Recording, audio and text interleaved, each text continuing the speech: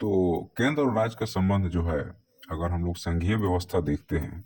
तो सत्ता की यह लंबवत बंटवारे में आता है, जिसमें टॉप पे केंद्र है और उसके नीचे राज्य है और उसके नीचे पंचायती राज व्यवस्थाएं हैं और बाकी लोकल बॉडी की जो भी गवर्नमेंट सरकारें हैं वो है। तो देखिए, केंद्र और राज्य के अगर संबंध के बारे में हम एक हिस्ट्री अगर देखते हैं तो देखिए, हिस्ट्री में ऐसा है कि जब देश आज़ाद हुआ था तो उस टाइम पे कांग्रेस का बोलबाला था और कोई पार्टियां नहीं थी। तो 1951-52 से पकड़ के चलिए कि 1990 तक, 1990 के बीच में ऑलमोस्ट जो है सो सेंटर में केंद्र रहा है एक बार को छोड़ के।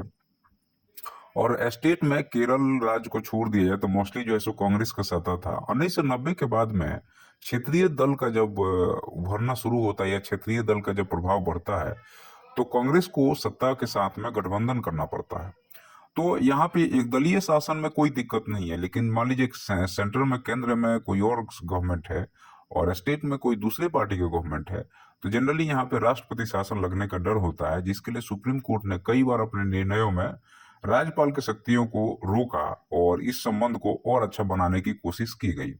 तो अब यहाँ पे ये है कि 1990 के बाद में सत्ता में गठबंधन शुरू हुआ। तो जो केंद्र और राज्य के संबंध है, सबसे बड़ी चीज है कि जो हमारा संघीय सरकार है इसमें सत्ता की बंटवारे की ही बात होती है, या इसके केंद्र में सत्ता को बट बांटना है मुझे। तो अगर मान लीजिए गठबंधन की सरकार है तो सत्ता को बांटना आसान है और हर एक क्षेत्र के लोगों का उसमें रिप्रेजेंटेशन और आसानी से हो जाता है।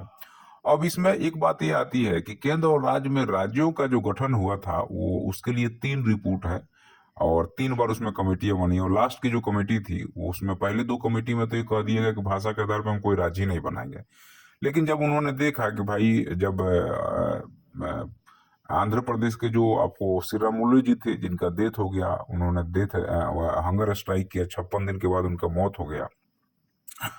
तो फिर वहां पे बहुत सारा बवाल हो गया आंध्र प्रदेश में, और देश में पहला भाषा के आधार पे एक राज्य बना जिसको कहा गया आंध्र प्रदेश, और यह तमिल भाषा से अलग होकर तेलुगु राज्य बना।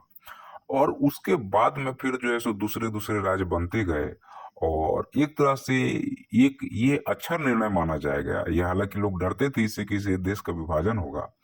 लेकिन यह एक बहुत सुंदर निर्णय इसलिए था क्योंकि जो लोग जिस भाषा में बोलते हैं उनके आधार पर अगर राज्यों का बंटवारा किया गया तो वहाँ के लोग खुश होंगे और वो विरोध नहीं करेंगे। और इसका परिणाम, जैसे श्रीलंका में सिहाला पीपुल और तमिल पीपुल में जो झगड़ा हुआ, गृह युद्ध हुआ, भारत में इस युद्ध से भारत बच गया और एक बहुत ही अच्छा निर्णय था। अब यहाँ पे केंद्र और राज्य के संबंध के बारे में जो हम लोग चर्चा कर रहे थे, तो जब भी आपके, देखिए, देश में अगर सत्ता किसी की भी है या देश अगर सही से चलेगा तब, जब देश के नागरिक खुश रहेंगे, और उसके लिए सत्ता को बांटना जरूरी है। और केंद्र और राज्य का संबंध यह दर्शाता है कि भारत देश में सत्ता का बंटवारा बहुत सही तरीके से हुआ, जिसके कारण लोकतंत्र आज भी जीवित है और सही तरीके से चल रहा है। यह वीडियो अगर आपको पसंद आता है तो आप लोग सब्सक्राइब जरूर कीजिएगा। धन्यवाद।